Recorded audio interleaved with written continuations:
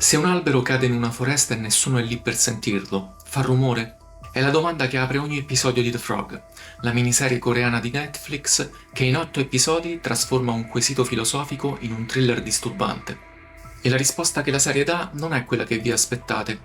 Oggi vi parlo di una storia in cui nessuno è davvero innocente, nessuno è davvero colpevole e in cui il silenzio fa più rumore di qualsiasi atto di violenza. Una storia in cui un proverbio coreano su una rana e un sasso diventa la chiave per capire come un singolo momento di paura possa distruggere tutto ciò che ami. The Frog è uno dei migliori thriller coreani degli ultimi anni, oppure si perde tra simbolismi, salti temporali e personaggi moralmente ambigui? Ne parleremo approfonditamente tra pregi, difetti e interpretazioni, quindi vi consiglio di guardare il video fino alla fine, perché ci sarà molto da analizzare. Prima di iniziare, se apprezzate recensioni, approfondimenti e contenuti dedicati al cinema e alle serie TV coreane, lasciate un mi piace, iscrivetevi al canale e attivate la campanella delle notifiche per non perdere i prossimi video. E adesso parliamo di The Frog.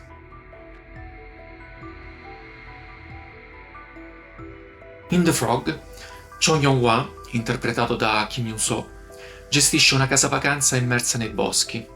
Lì cerca di affrontare il dolore per la perdita della moglie e la distanza dalla figlia. La sua vita viene sconvolta dall'arrivo di Yoo Song-ga, interpretata da Go Min-si, una donna enigmatica che si presenta con un bambino e soggiorna nella sua proprietà. Quando Song-ga se ne va senza il bambino, Young-hwa inizia a sospettare che la donna sia responsabile della sua morte. Pur avendo tra le mani indizi compromettenti, decide di non rivolgersi alla polizia, convinto di poter evitare conseguenze peggiori per sé e per la propria famiglia. Mentre Song-ga torna più volte nella casa vacanze insinuandosi sempre più nella vita dell'uomo, la detective Yoon Bo-min, interpretata da Lee Jung-gun, nota per la sua capacità di individuare ciò che gli altri trascurano, inizia a seguire una serie di anomalie che riguardano Young-hwa e Song-ga. Parallelamente emerge una vicenda ambientata 20 anni prima, quando il proprietario di un motel, Woo Sang-jun, interpretato da Yoon Kye-sang, vide la propria esistenza andare in pezzi dopo aver ospitato inconsapevolmente un serial killer. Le due storie procedono in parallelo, mostrando come un singolo atto di violenza possa distruggere la vita non solo delle vittime, ma anche di chi vi si trova coinvolto indirettamente. Con il passare del tempo, Young-hwa si ritrova intrappolato in una spirale di paura, sensi di colpa e compromessi. Il suo tentativo di ignorare la verità permette a Song-ga di diventare sempre più pericolosa, mettendo a rischio le persone che ama. Mentre Bo-min si avvicina alla soluzione, vecchi segreti, desideri di vendetta e nuove morti si intrecciano fino a condurre tutti verso uno scontro finale in cui ciascuno sarà costretto a confrontarsi con le conseguenze delle proprie scelte.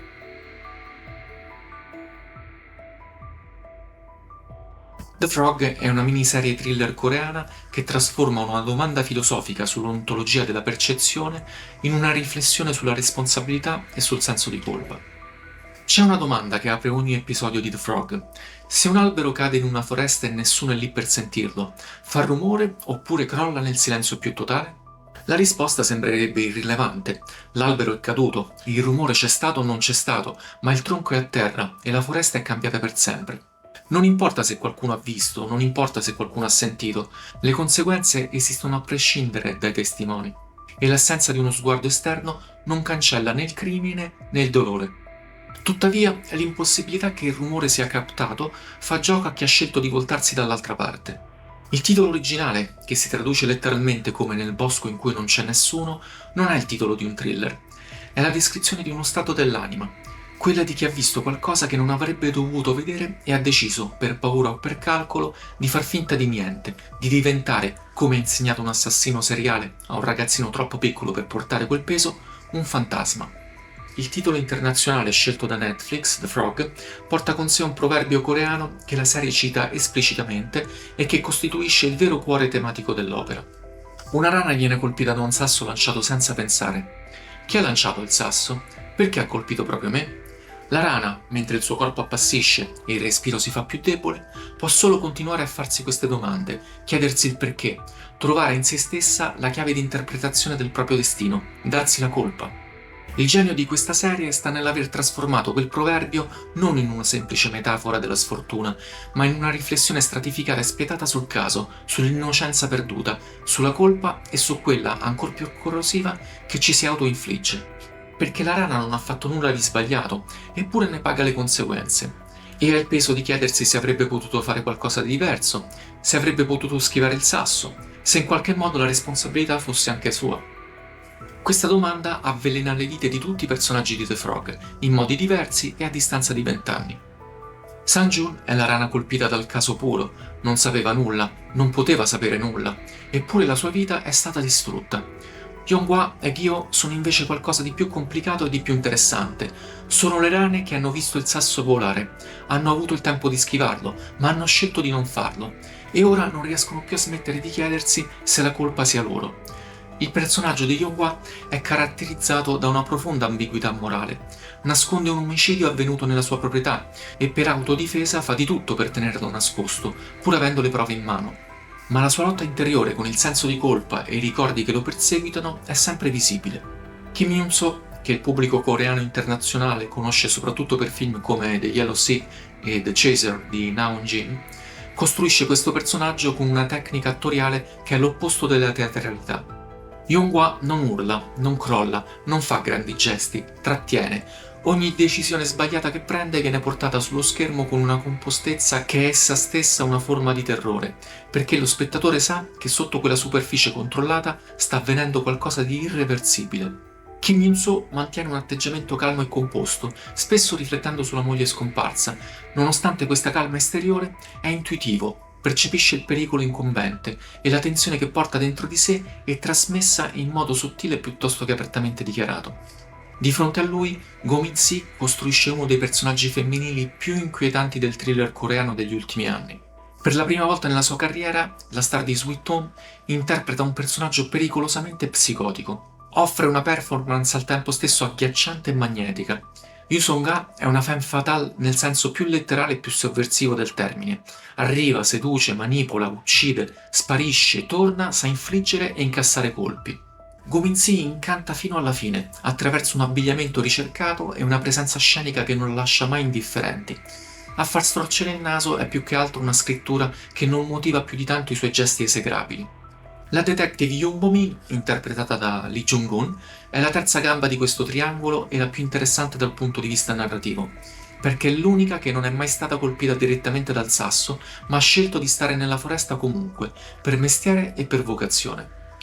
Lee Jung-gun, che il pubblico occidentale ha imparato ad amare in Parasite di Bong Joon-ho, porta qui una quiete diversa da quella di Kim Yoon-so. È la quiete di chi ha visto abbastanza da non sorprendersi più, ma non ha ancora smesso di cercare.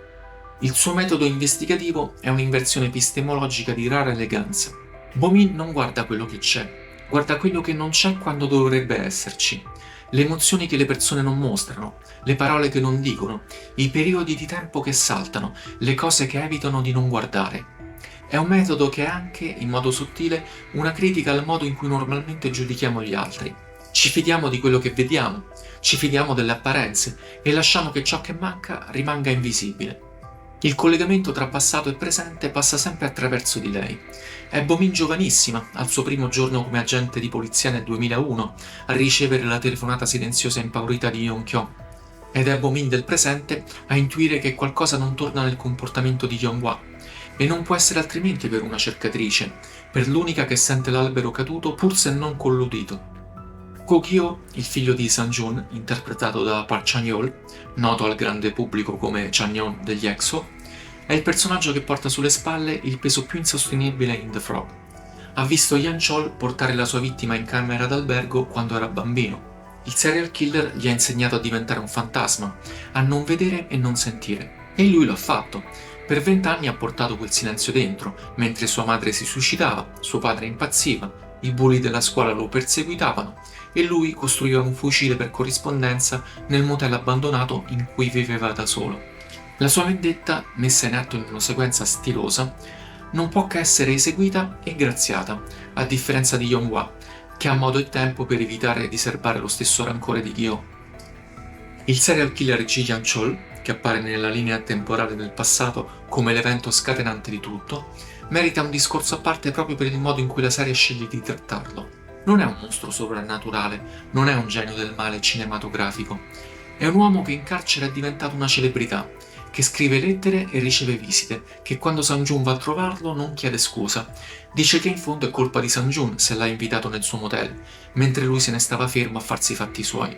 Questa battuta, pronunciata con una tranquillità assoluta, è forse la più disturbante dell'intera serie, perché contiene una verità rovesciata che la rana comprende troppo bene. Il sasso lanciato senza pensare non si è mai preoccupato della rana. Sang-joon, pertanto, può spiegarsi il suo destino solo colpevolizzandosi. La struttura temporale di The Frog è uno dei suoi punti di forza, ma anche più contestabili. La sceneggiatura di Son Ho-yoon non si preoccupa di segnalare chiaramente i salti tra passato e presente, e questo può disorientare, specialmente nelle prime 2 ore. C'è una scena nel terzo episodio che è emblematica di questo approccio. Yonghwa si sveglia di notte, sente qualcuno scavare nel giardino e per un momento tutto sembra suggerire che sia Song-ha a seppellire qualcuno. Poi la regia rivela che è la moglie, nel passato, che coltiva il suo orto. Il montaggio inoltre spesso anticipa immagini e situazioni che troveranno una spiegazione soltanto in seguito, rendendo però farraginosa la continuità narrativa. Questa capacità di alternare il passato e il presente ad ogni modo non è mai gratuita.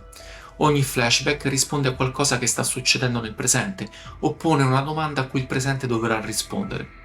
Il difetto principale di The Frog è la debolezza nella costruzione dei moventi secondari, oltre a quelli principali di Song-ha, di cui abbiamo già detto. La motivazione di Gyo per uccidere Yan-chol è comprensibile emotivamente, ma fragile sul piano logico. Sua madre è morta, suo padre è impazzito, ma lui non è un congiunto della vittima del serial killer. Il senso di colpa per aver fatto il fantasma è il vero motore della sua azione, ed è un motore psicologicamente plausibile, ma narrativamente non sempre ben costruito. Così come sarebbe più logico che fossero i parenti delle vittime degli omicidi a far visita all'assassino, piuttosto che il gestore dell'hotel fallito a causa degli eventi. A suscitare perplessità è anche il dialogo fuori campo tra Yonghwa e Gyo. Essendo sparso in vari momenti della serie, produce un effetto straniante e che confonde le acque. Eppure questi difetti non scalfiscono ciò che The Frog riesce davvero a fare, che è qualcosa di raro nel panorama del thriller contemporaneo. Costruire un universo morale in cui le vittime non sono completamente innocenti, chi è davvero innocente vive sentendosi colpevole, e in cui la vera violenza non è quella che si vede sullo schermo, ma quella più silenziosa, quella che non fa rumore perché avviene in un bosco in cui non c'è nessuno. Yonghwa che brucia le prove, che non chiama la polizia, che cede al ricatto della foto con il cerchio rosso sulla figlia, non è un cattivo. È un uomo che ha paura e che ha già perso troppo e fa finta di niente, come Gyo. A subirne le conseguenze, pur non essendo una vittima del serial killer, è chi, come Sang-joon, non ha avuto nemmeno la possibilità di scegliere di occultare, e la cui gentilezza disinteressata è stata ripagata con un sasso lanciato da un destino che gli ha lasciato in dote irragionevoli sensi di colpa che lo portano alla pazzia. La scena più importante di tutta la serie, quella che contiene la sua morale in forma di dialogo, arriva quasi alla fine. Bomi dice a Yonghwa che anche lui si comporta come la rana, che si chiede perché la pietra abbia colpito proprio lei e si dà la colpa per una sfortuna che è solo sfortuna. Ma Yonghwa sa di avere una colpa diversa, reale, non immaginaria. Non aver parlato del bambino ucciso. È da quel silenzio, da quella prima scelta di non vedere, che è partita la catena di eventi che ha quasi distrutto tutto ciò che amava. La serie non lo assolve, ma neanche lo condanna, si limita a mostrare la differenza tra chi viene colpito dal caso e chi sceglie di non muoversi quando avrebbe potuto farlo. È una distinzione sottile, quasi crudele nella sua precisione, ed è il cuore di tutto. Non ogni dolore è colpa, ma non ogni colpa è solo sfortuna. The Frog è una serie che parla di colpa, di silenzi e delle conseguenze delle scelte che facciamo quando decidiamo di non intervenire. Una storia che utilizza il thriller non soltanto per creare suspense, ma per porre domande scomode sui nostri comportamenti e sul modo in cui conviviamo con i rimorsi. Personalmente l'ho trovato una miniserie imperfetta ma estremamente affascinante, capace di costruire un'atmosfera inquietante e di lasciare allo spettatore diversi spunti di riflessione anche dopo la conclusione dell'ultimo episodio. Ma voi cosa ne pensate? Vi è piaciuta The Frog? Come avete interpretato il significato della rana e dell'albero che cade nella foresta? Scrivetemelo nei commenti perché sono curioso di leggere le vostre opinioni e discuterne insieme. Se il video vi è piaciuto, lasciate un mi piace. È un gesto semplice, ma aiuta davvero tantissimo il canale a crescere. Se ancora non l'avete fatto, iscrivetevi al canale e attivate la campanella delle notifiche per non perdere le prossime recensioni, analisi e approfondimenti dedicati al cinema e alle serie TV coreane. Grazie per aver guardato il video e ci vediamo alla prossima recensione.